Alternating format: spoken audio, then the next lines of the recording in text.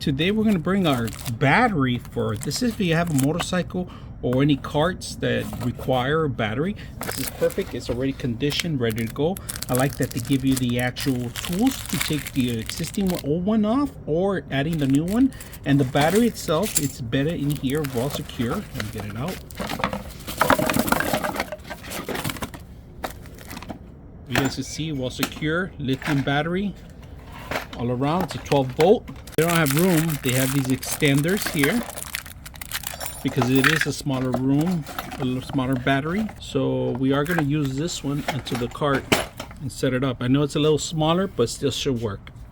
Good thing I like about this, check out the battery. All right, you can always find out if it's full or maxed out. This is how one way you can do it. So let me try to get this to work. I already have him connected to my USB connection terminal. I do appreciate that it does come with this, with the little screwdriver and the terminals, so you can start using it for off-grid applications. Also, you don't need a multimeter to know how healthy your battery is. It comes with a little meter right there, a little gauge. As with most batteries, it comes just under fully charged. This one indicated 90% charged, so we trust that that is what it is. Go ahead and start my connection. And you can connect anything into these little USBs, whether it's recharge your cell phone. I like portable lights. I always like having lights handy when needed. So here we go.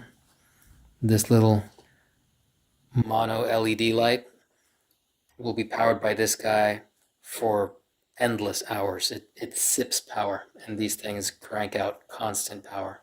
Another popular application is my portable flashlights. Whenever these, you don't know when you're going to need them.